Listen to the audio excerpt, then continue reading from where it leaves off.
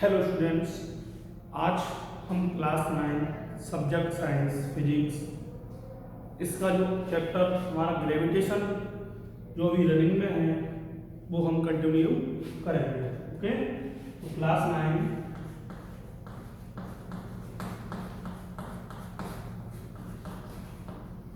Subject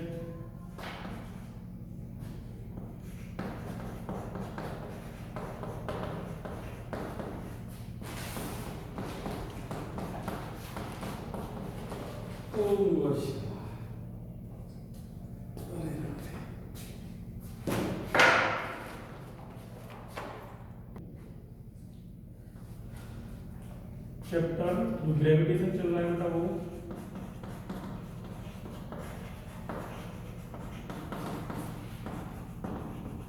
इसका part 2।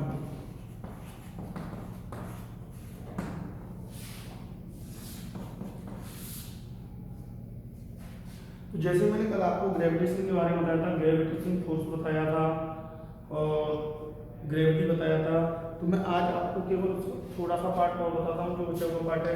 जैसे मैंने कल आपको बताया था, कोई भी दो बॉडी आपस में यूनिवर्स में कोई भी दो बॉडी आपस में क्या करती हैं, अट्रैक्ट करती हैं।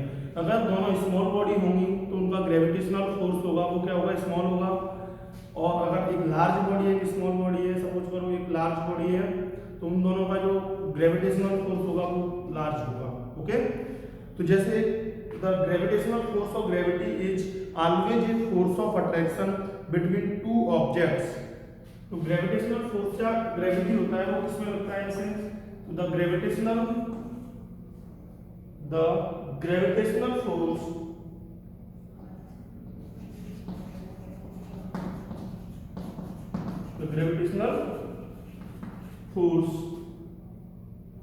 और gravity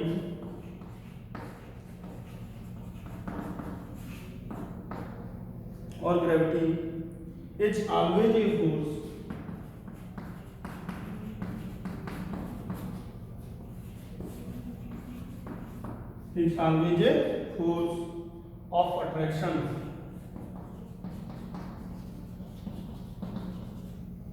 of attraction between two objects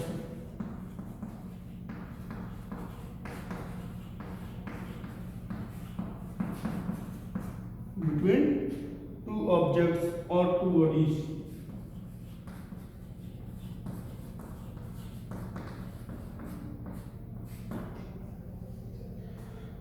जो मेरा ग्रेविटेशनल फोर्स या ग्रेविटी होता है वो हमेशा force of attraction to body, दो बॉडियों के अट्रैक्शन फोर्स के को ही हम क्या कहते हैं, ग्रेविटेशनल फोर्स या ग्रेविटी कहते हैं। ओके, नेक्स्ट इसके बाद जो मेरा टॉपिक आता है वो यूनिवर्सल लॉ ऑफ ग्रेविटेशन। ठीक है, इसको मैं रेफर कर दूं, यूनिवर्सल लॉ ऑफ ग्रेविटेशन जो आज का टॉपिक है, best topic, universal law of gravitation.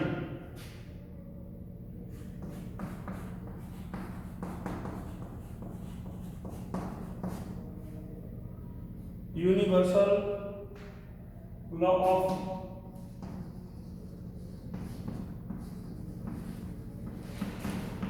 Gravitation.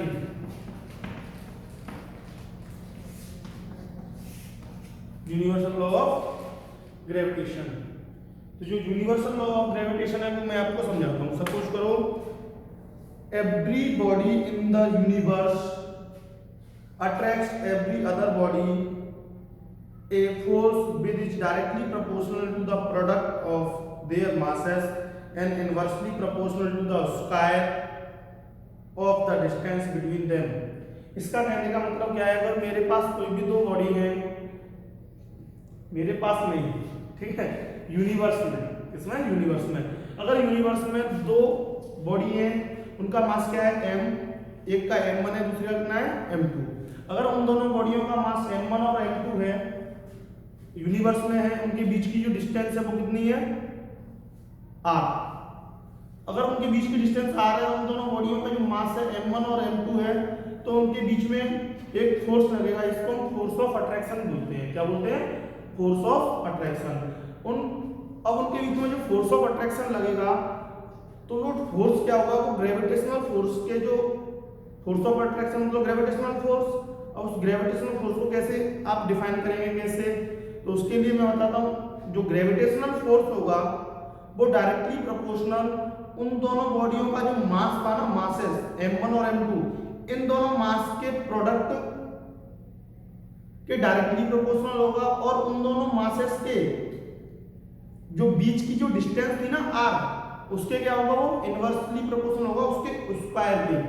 ठीक है, उन दोनों बॉडियों की जो बीच की डिस्टेंस थी जो r, उनकी का r का स्क्वायर डिस्टेंस का उसके इनवर्सली प्रोपोर्शनल होगा। जैसे हम इसको देखते हैं, इसका कहने का मतलब क्या है, सपोज कर ये मेरा मैं पहले इसको लिखा देता हूँ, every body in the universe, मैं फिर समझाऊंगा आपको इसको, every body in the universe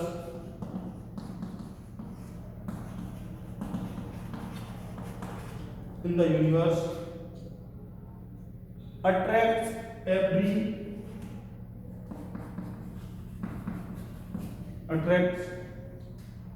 every other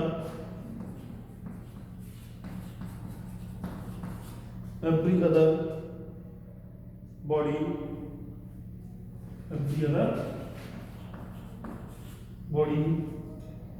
with a force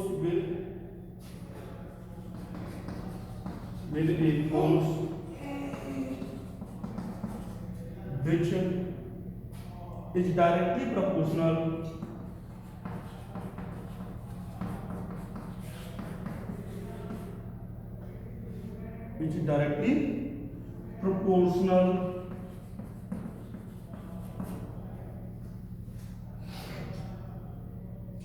to the product of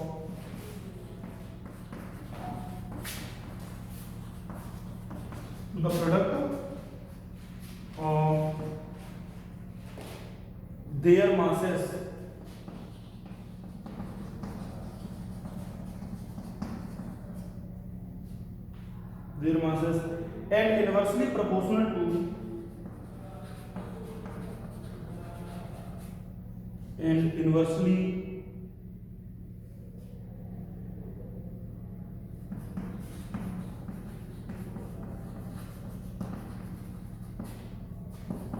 and inversely proportional to the product of and inversely proportional to the square of the distance,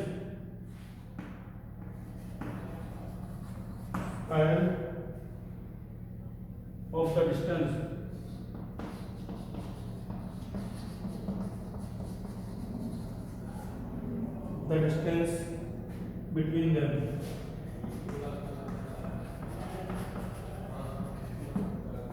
इसका कहने का मतलब क्या है, मैं आपको समझाऊं, every body in the universe attract every other body.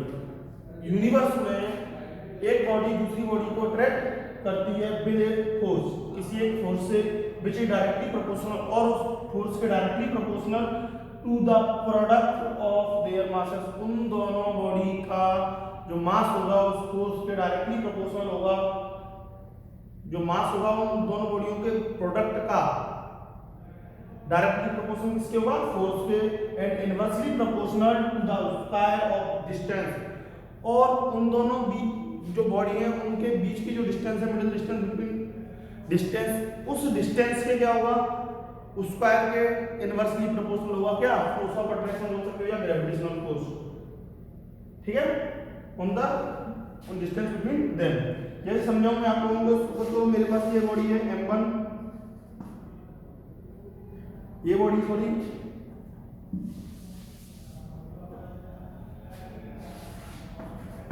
B body ये है, इसका मास कितना है m1, इसका मास कितना है m2, इन दोनों के बीच की जो डिस्टेंस है वो कितनी है r small r।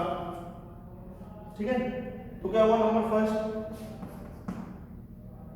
The force between two bodies, the force between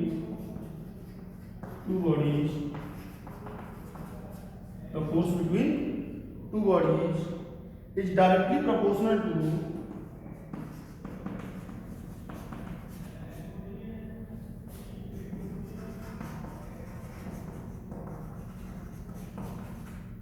directly proportional to the product of their masses.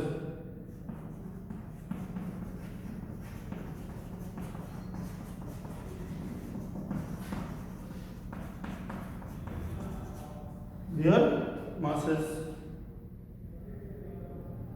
F proportional m1 m2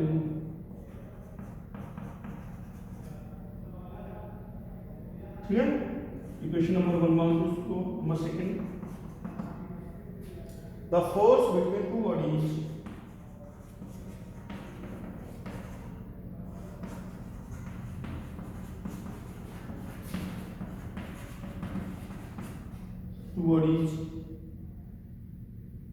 is inversely proportional to the square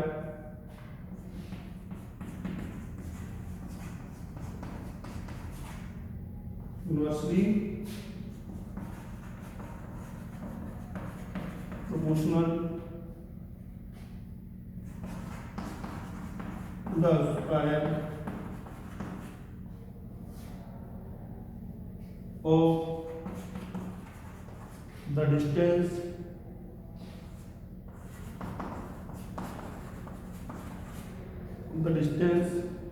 between them.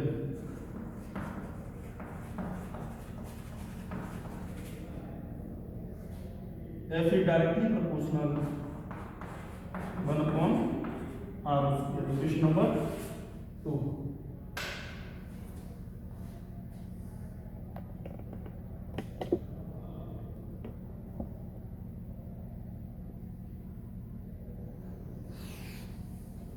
इसका कहने का मतलब क्या है, मैं आप लोगों को बताऊं। जैसे आपको दिखाई दे रहा है m1 मास से m2 मास, तो जो ग्रेविटेशनल फोर्स इन दोनों के बीच में अभी कौन सा फोर्स ऑफ अट्रैक्शन लगेगा, तो इन दोनों बॉडीज के बीच में जब फोर्स ऑफ अट्रैक्शन लग रहा है इसको ग्रेविटेशनल फोर्स बोलते हैं। जो ग्रेविटेशनल फोर्स लगेगा वो इस बॉडी का मास m1 इस बॉडी के मास m2 के मल्टीप्लिकेशन, जो प्रोडक्ट होगा इन दोनों बॉडीज का वो डायरेक्टली प्रोपोर्शनल होगा ग्रेविटेशनल फोर्स, एंड इन दोनों बॉडीज की जो बीच की डिस्टेंस होगी r उस डिस्टेंस के स्क्वायर के इनवर्सली प्रोपोर्शनल होगा। जैसे पहला वाला इक्वेशन बनता है, पहली वाली जो F is directly proportional to m1 and m2। Number second का force between two bodies is inversely proportional to the square of the distance between them. F is directly proportional 1 upon r square। ठीक है, 1 upon r square। आप इसको note कीजिए, अभी हम इससे आगे भी पढ़ते हैं। ठीक है,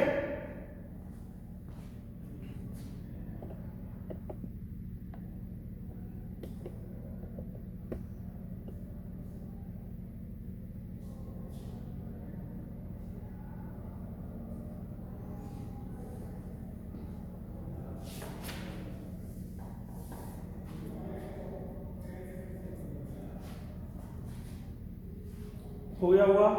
यूनिवर्सल लॉ ऑफ ग्रेविटेशन आज का टॉपिक था ये।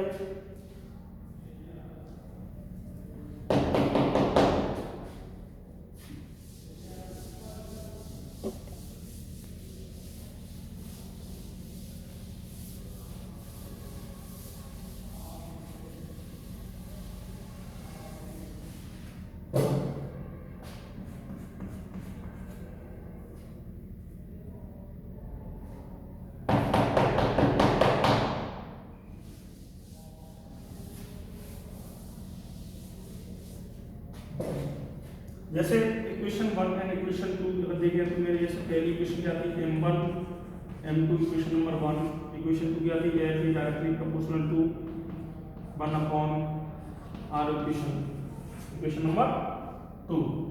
अब इन दोनों को क्या करते हैं, मैं ऐड कर दूं तो क्या आएगा, देखो यहां से मैंने इक्वेशन ली, इसको मैं रफ कर दूं,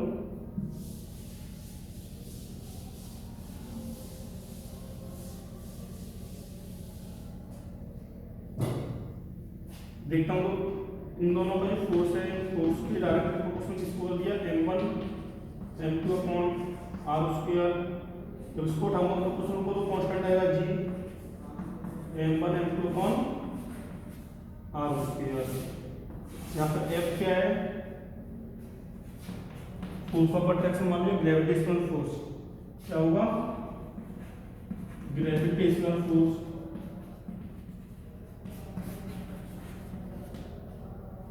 जी क्या होगा, ग्रेविटेशनल कांस्टेंट।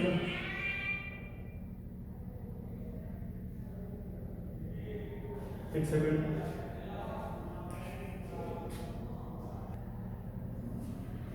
जी क्या होगा, ग्रेविटेशनल कांस्टेंट।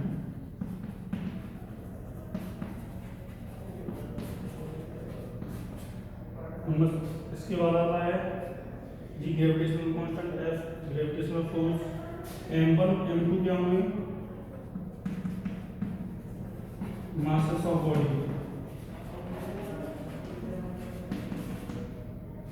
और r क्या होगा, डिस्टेंस बिटवीन देयर मासेस।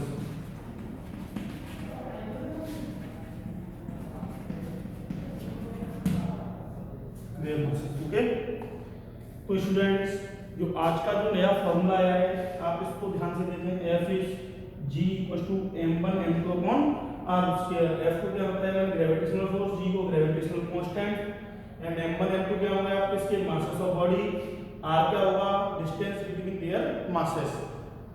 तो आज के इस फॉर्मूले को जो मैं आपको यदि बताया गया है जो नया फॉर्मूला जो क्या है F equal to G m1 m2 upon r square, आप इसको ढंग से याद करना, ठीक है, और इसके साथ ही साथ नोट्स बनाते चलना।